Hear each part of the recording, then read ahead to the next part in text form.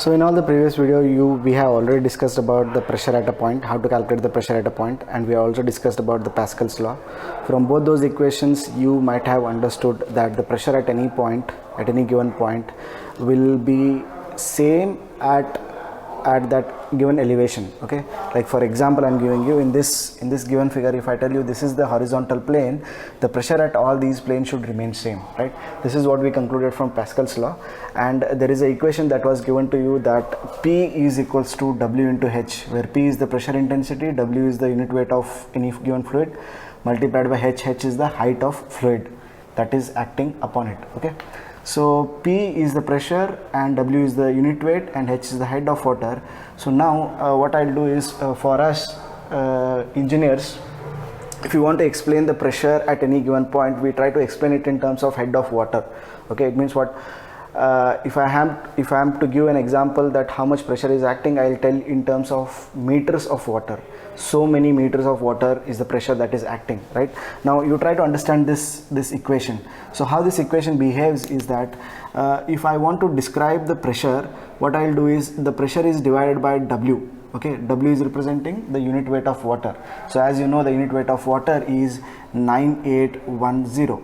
I hope you all remember, because the unit weight is 9810 kilonewton per meter cube and density is 1000.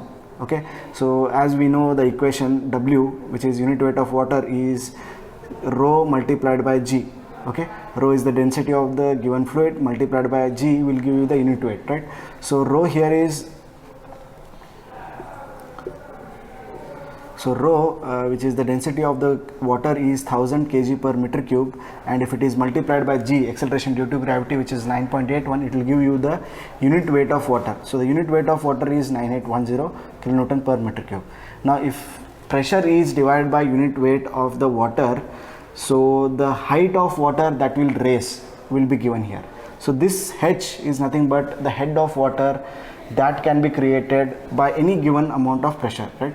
So if pressure is some 10 kilonewton per meter square or something, so 10 divided by 9810 will give you how much is the height of water that will raise from that point, right?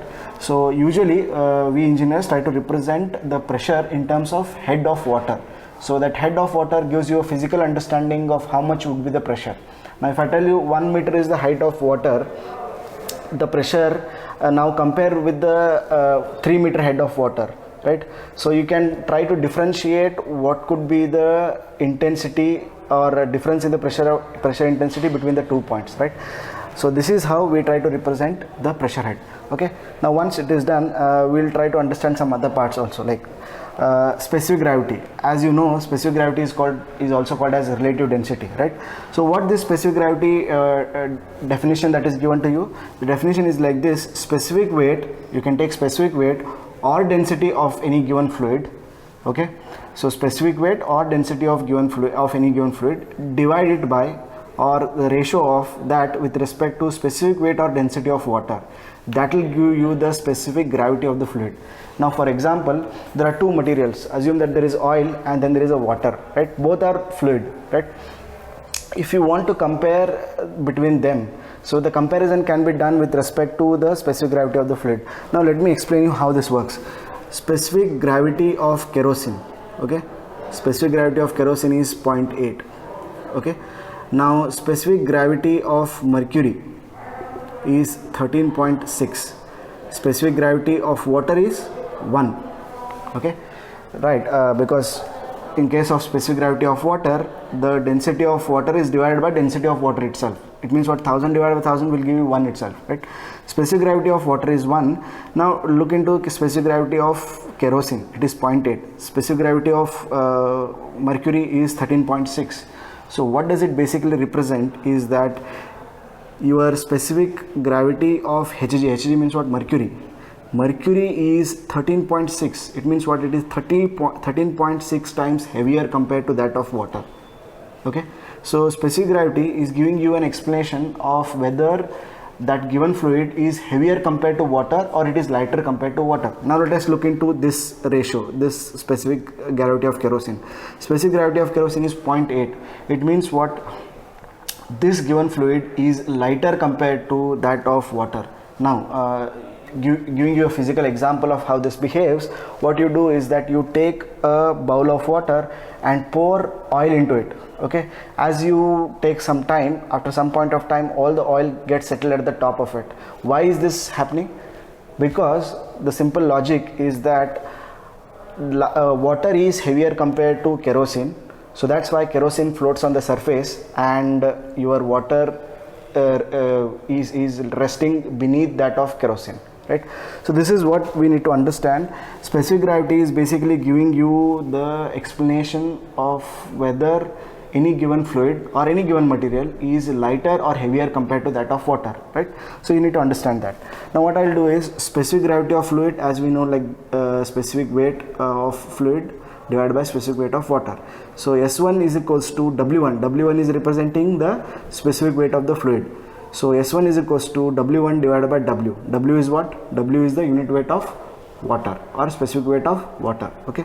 So now S1 will become, W1 will become W into S1. What is W? W is the unit weight of water multiplied by S1. You need to understand this. Okay. Now assuming a case in which I am trying to find out the pressure in case of oil. Okay. So pressure is equals to, as you know, W1 into H1.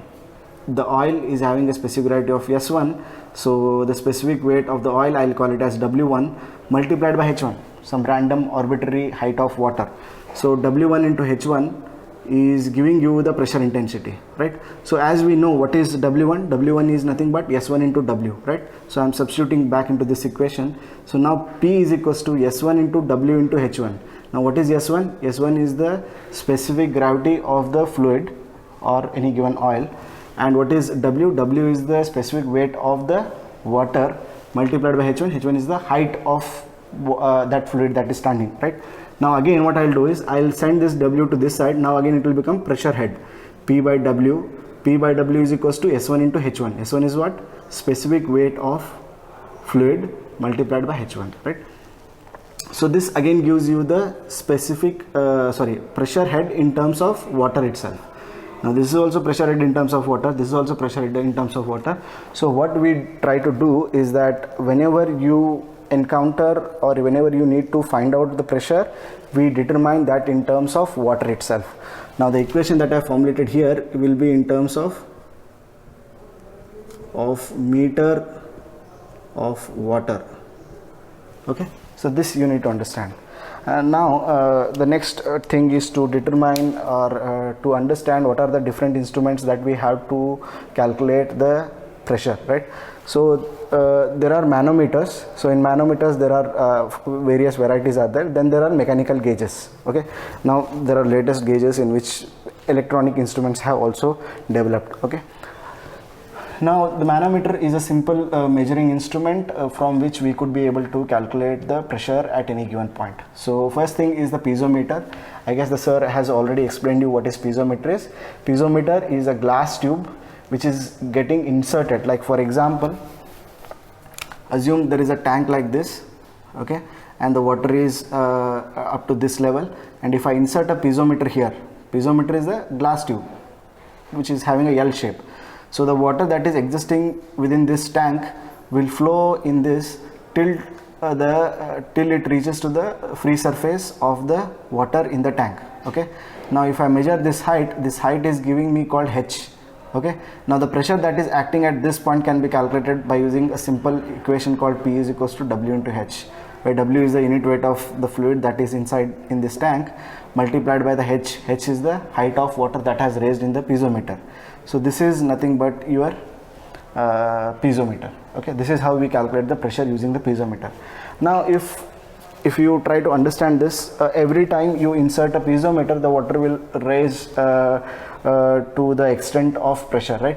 Now if you try to assume that if the height is equivalent to 10 meter, 20 meter, 30 meter, it becomes practically impossible for us to fit a piezometer of that size, of that height, and it becomes nearly impossible for us to even read that kind of observations. Okay, so that's why engineers have developed new types of pressure measuring instruments. The first one is called as U-tube manometers, Okay, then there are differential U-tube manometers, then there are column manometers, and there are other various types also. Okay, now we will focus on U-tube manometer. This is the U-tube manometer from which we could be able to calculate the pressure. So we are determining what is the pressure that is acting in the fluid in the pipe at point A. Okay, this is the pipe which is carrying the a fluid of specific gravity S1. Like, see, this is the cross section of the pipe. The water is flowing in perpendicular to this board. Okay, now this is the U-tube manometer which has been connected to this pipe. Now you try to understand this arrangement. So in this U-tube section, this is called U-tube because this is your U-shaped tube that we have. Okay, now in this U-shaped tube we usually place fluid which is heavier compared to that of fluid that is flowing in this pipe. Okay, now assume that the fluid that is flowing in this pipe is water. The fluid that should be there in the U-tube manometer is mercury. Okay, any fluid that is heavier compared to that of the water that is flowing in the pipe. Okay, now we will try to understand what is the importance of having such kind of heavier fluid inside the manometer. Okay, now whenever the water is flowing in this, when you connect a tube like this, there is an opening that created, and the water rushes from the opening into this tube, and the water raises in the tube and it will apply the pressure. Okay, now when it comes back from this side and it applies the pressure on the surface of the heavier fluid. Okay, now when it applies the pressure over here, the water that is available in the tube will get lifted up. Sorry, the mercury that is available in the tube will get lifted up. Okay, as you know, the density or the unit weight or specific weight of the mercury is heavier compared to that of water. Because of that, the water that will be raised here is less compared to that of water. Okay, if only water was there, the height of water that will raise in the right side of the column would have been something different. Okay, it would have been higher. Okay, so as I already explained you that the mercury is 13.6 times heavier compared to that of water. The water that will be lifted by the same pressure is greater compared to that of water that is mercury that is lifted by the same pressure. Okay, anyhow, now what happens here is, if you try to understand this arrangement, this is the pipe. From the water that is available and the water that is flowing with pressure in this pipe will enter into this column and will apply the pressure over here. Because of that, the mercury fluid or the specific gravity of fluid called S2, which is there in this U-tube, will raise in the right side of the column. Okay, now what is the benefit of this arrangement? We will try to determine how much is the pressure acting at this point. So how to calculate the pressure at this point? What I'll do is that we'll use the basic principles which we already derived, called the pressure at any given plane will remain same. Like, for example, if this is some plane, this is some horizontal plane, the cross section, the pressure at all these points will remain same. It means what? The pressure that is there at A will be equals to the pressure at A dash. Okay, as I have written here, pressure at A is equals to pressure at A dash. And what will be the pressure at A dash? Pressure at A dash is equals to, okay, now let us calculate how much is the pressure that is acting because of this height of fluid. Okay, now what is the fluid that is inside from this within this height? The fluid is S1. So S1 into W into Z will give you what is the pressure that is acting because of this fluid. Okay, next, plus of pressure that will act at B. Okay, so see here, pressure that is acting because of this column of fluid plus of pressure that acts at B. Okay, now once we know how much is the pressure that is acting at A dash, I want to determine how much is the pressure that acts at B. So the pressure that is acting at B will be equals to B dash, and the pressure that is acting at B dash will be equal to that of C dash. Okay, now see, why is this? Because the point B, B1 and C, B, B dash and C are acting on the same plane or at the same elevation. So the pressure is same at all the elevations. Okay, is same at all the elevations. That's why I have written pressure at B is equals to pressure at B dash is equals to pressure at C. Now I want to determine how much is the pressure that is acting at C because of this column of fluid which is S2. Okay, now the pressure at C is equals to, what is pressure at C is equals to? The fluid that is inside this is S2. Okay, now height of the fluid that has raised is equals to Y. Okay, now I can calculate how much is the pressure at C. Pressure at C is equals to S2 into W into Z. So this whole pressure because of this column of fluid is S2 into W into Z. Okay, now what I'm interested to determine, how much is the pressure that is acting inside the pipe. So the pressure at A will be equals to pressure at A dash, as we knew this, right? So pressure at A dash is equals to S1 into W into Z. I have written what is S1 into W into Z. Now let us go to pressure at B. So pressure at B is equals to pressure at B dash. Pressure at B dash is equal to pressure at C. Now what is pressure at C? Pressure at C is equals to S2 into W into Z. Now I have to substitute it over here. Okay, now this is how I have determined how much is the pressure that is acting at point A. Okay, so once you determine PA, I told you earlier also, we try to represent the pressure in terms of head of water. Okay, so that's why we'll bring the W, which is common in both the terms, and we'll bring it to the HS side, LHS side. So PA by W is nothing but the pressure head in terms of water. Okay, will be equals to S1 into Z1 plus of S2 into Y1. So this is the pressure head in terms of meters of water. Okay, this is the pressure which is calculated in terms of kilonewton meter square. Okay, so this is how you determine the pressure or pressure head using the U-tube manometer in a pipe. Okay, students, you have seen the first case. Let us take the second case. Okay, so here in this case 1 and case 2, we are discussing how to measure the pressure head at a single point. How to measure the pressure head at a single point using the manometers. And we are discussing how to develop the gauge equations. So let us take this case 2. In this case 2, so this is a pipe and this is the center line. Thus let this point is A, and fluid inside this pipe is of specific gravity is S1. Okay, the fluid which is inside the pipe A, its specific gravity is S1. Okay, so now it is required to measure what is the pressure head at point A. So this is a simple U-tube manometer. You connect one end of the U-tube manometer at this point. Okay, at this point means at the point A. Okay, so now because of the pressure, the fluid in this glass tube, it rises up to this, and in this manometric tube there is another fluid. This fluid is also called manometric fluid. This fluid is also called the manometric fluid, and its specific gravity is S2. Okay, now let us take this case. This is point A, this is point A dash, this is point B, this is point C, and this is point C dash, and this is point D. Okay, now let us develop the gauge equation for this case. Okay, as I told, for the development of gauge equation, you start from one end, either from end A or from end B.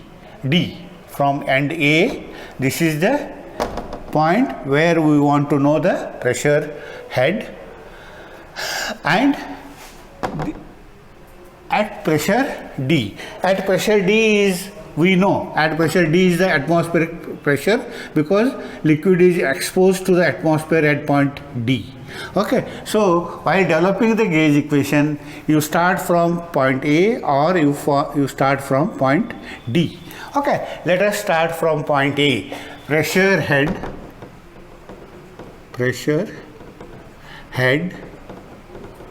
at point A is equal to what? Pressure intensity PA WS1. WS1. Okay, that is the pressure intensity at pressure head at point A in terms of liquid of specific gravity S1. Okay, now see, next is, you see what is the pressure head at point A dash. Point A and point A dash are lying in the same horizontal line, so the pressure head at point A dash is same as point A. So this is also equal to pressure head at point A dash. Point A dash. Now, okay, pressure head at point A dash. Pressure head at point A dash is equal to PA by WS1. So next it is required to know what is the pressure head at point B. So the next point is lying above the point A dash, so you can make the use of negative sign. So pressure head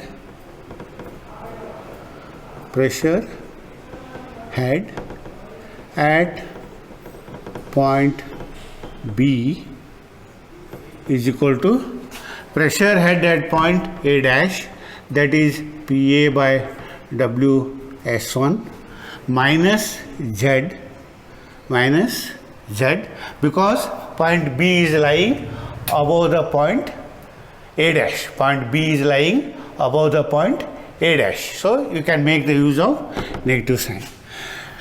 Now the pressure head at point B is equal to pressure head at point C, because B and C are at the same level, horizontal level. So this is also equal to pressure head at point C, because B and C are lying at the same horizontal line. Now it is required to know what is the pressure head at point C dash. Pressure head at point C dash, this is equal to pressure head at point C. Pressure at point C is PA WS1 minus Z, and we know the pressure, it is required to know the pressure head at point C dash. So pressure head at point C is this. So the next point is lying below the point C. The next point C dash is lying below the point C. So you can make the positive sign. So S2 by S1 multiplied by Y. So this is gives you the pressure head at point C dash, and this equal to this pressure head, whatever pressure head you are getting at point C dash must be equal to pressure head at point D, because both C dash and D are lying at the same horizontal line. So this is also equal to pressure head at point D, and pressure head at point D is 0 because this surface is exposed to the atmosphere. So therefore equating this PA WS1 minus Z plus S2 by S1 Y, this is equal to 0, because PD by W2 is also equal to 0, because that point D or that surface of the liquid is exposed to the atmosphere. So, or it is PA by WS1 is equal to Z minus S2 by S1 Y. This gives you the pressure head in terms of liquid of specific gravity S1, of specific gravity S1. If you want to know the pressure head in terms of water, if to know pressure head pressure head in terms of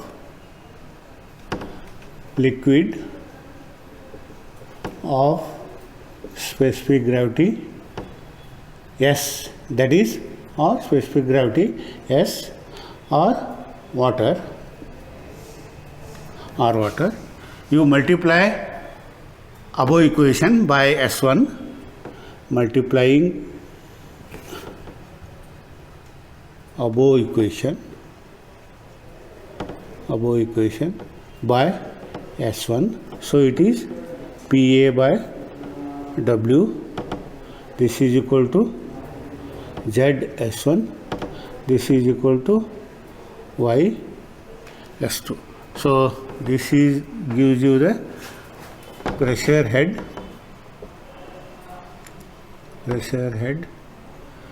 at point A in terms of water. Okay, students, in this class we have mainly discussed how to measure the pressure at a point inside a pipe by using the manometers. So we have also discussed how to develop the pressure gauge equations. Next class we will discuss how to measure the pressure difference between the 2 points in a pipeline. Okay, so sometimes it is required to know what is the pressure difference or pressure head difference between the 2 points in a pipeline. So by using the inverted U-tube manometers, how to calculate the pressure difference between the 2 points. So using the manometric fluid, without using the manometric fluid.